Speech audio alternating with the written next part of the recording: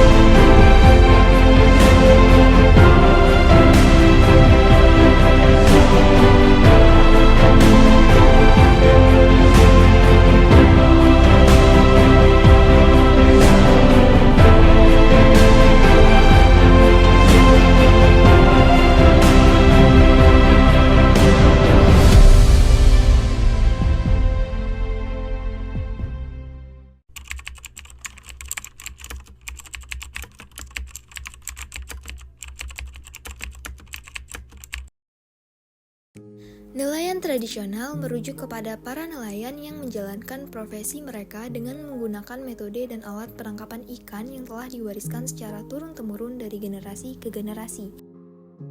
Mereka biasanya menggunakan peralatan sederhana seperti perahu kayu, jaring, pancing, dan alat tangkap lainnya yang tidak melibatkan teknologi canggih modern.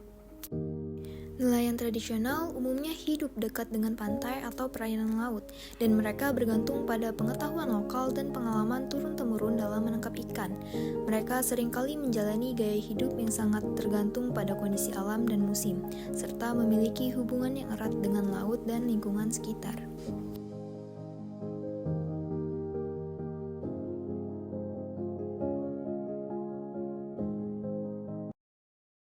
Nelayan modern dan tradisional memiliki perbedaan yang cukup signifikan dalam hal metode teknologi dan gaya hidup yang mereka gunakan dalam menjalankan profesi mereka. Nelayan modern cenderung menggunakan teknologi yang lebih canggih dalam menangkap ikan, seperti kapal ikan yang dilengkapi dengan peralatan navigasi dan penangkapan ikan yang modern. Mereka juga menerapkan praktik-praktik manajemen sumber daya laut yang lebih terorganisir dan berkelanjutan. Nelayan modern seringkali tinggal di perkotaan atau memiliki akses yang lebih baik ke fasilitas dan layanan modern.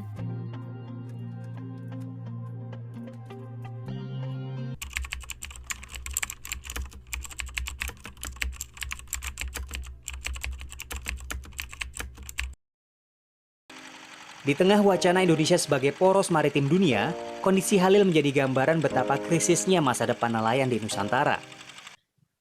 Tidak bisa dipungkiri bahwa 10 tahun ke depan bukan lagi 2,7 juta nelayan tradisional yang ada di Indonesia, bisa jadi tidak ada separuhnya dari itu melihat bagaimana perjuangan mereka bisa tetap melaut hari ini. Itu ancaman terbesar itu. Identitas masyarakat bahari yang ada di Indonesia, negara kepulauan yang kita pegang itu kemudian bergeser gitu ya menjadi negara industri perikanan gitu ya. Sebenarnya bukan barang haram juga, tapi bagaimana hari ini kita seperti meminggirkan nelayan tradisional yang sebenarnya 98%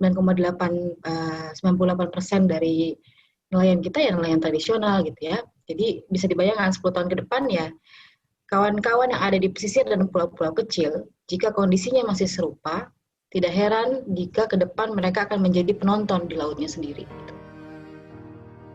Sebagai negara maritim, Indonesia seharusnya dapat memenuhi hak konstitusi nelayan, hak untuk mengakses lautnya, hak untuk mengontrol lautnya, hak untuk mengelola pesisir sesuai dengan tradisi yang dijalankan turun-temurun, dan hak untuk mendapatkan perairan yang bersih dan sehat.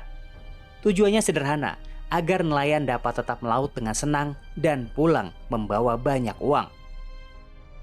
Nelayan tradisional memiliki sejumlah hak yang diakui oleh berbagai regulasi dan konvensi internasional serta hukum nasional di banyak negara. Beberapa hak yang dimiliki oleh nelayan tradisional, yang pertama yaitu nelayan tradisional memiliki hak untuk mengakses dan memanfaatkan sumber daya perikanan di wilayah yang telah menjadi bagian dari tradisi dan kebudayaan mereka.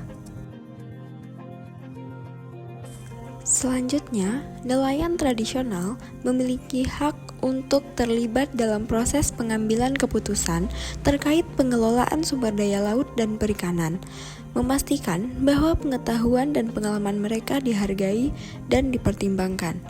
Kemudian, nelayan tradisional berhak untuk mendapatkan perlindungan sosial, termasuk jaminan sosial, akses ke layanan kesehatan, dan pendidikan bagi keluarga mereka.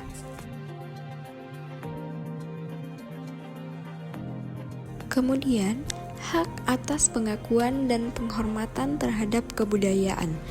Yang dimaksud yaitu, tradisi dan kebudayaan nelayan tradisional harus dihormati dan dilindungi.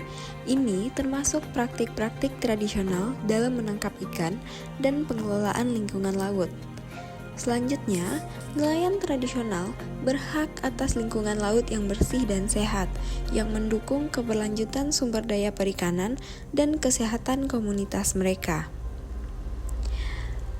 Adanya hak atas kesetaraan gender. Di dalam komunitas nelayan tradisional, kesetaraan gender harus dijunjung tinggi, memastikan bahwa perempuan nelayan mendapatkan hak dan kesempatan yang setara dalam semua aspek kehidupan dan pekerjaan mereka. Kemudian, ada hak atas keamanan dalam bekerja.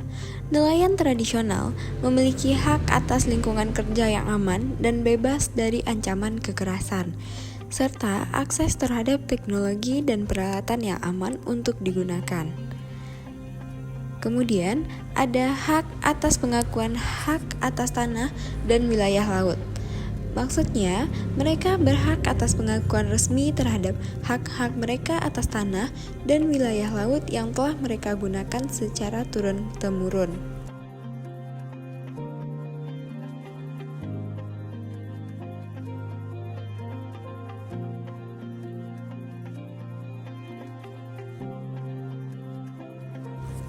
Hak-hak ini seringkali tercantum dalam berbagai dokumen dan perjanjian internasional seperti Deklarasi Universal Hak Asasi Manusia, Konvensi Perserikatan Bangsa-Bangsa tentang Hukum Laut atau UNCLOS, serta dokumen-dokumen dari organisasi FAO atau Food and Agriculture Organization yang memberikan panduan tentang hak-hak nelayan kecil dan tradisional.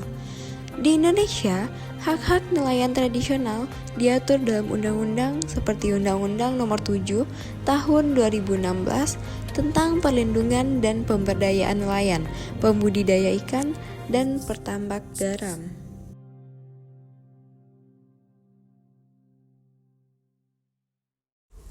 Perlindungan hukum mengenai hak perikanan tradisional dalam perundang-undangan nasional melalui Undang-Undang Nomor 45 Tahun 2009 belum memperlihatkan perlindungan terhadap nelayan kecil dan tradisional. Sementara, dalam aturan mengenai hak perikanan tradisional dalam UNCLOS hanya tertuang dalam satu pasal, yaitu pasal 51. Adapun upaya hukum yang perlu dilakukan Indonesia dalam mewujudkan perlindungan terhadap nelayan tradisional, yaitu dengan membuat perjanjian-perjanjian bilateral antar negara tetangga. Sementara, dalam hal terjadi sengketa, upaya penyelesaian sengketa dapat dilakukan dengan dua cara, yaitu upaya non-hukum dan upaya hukum. Upaya hukum dapat dibagi lagi menjadi upaya hukum litigasi dan upaya hukum non-litigasi.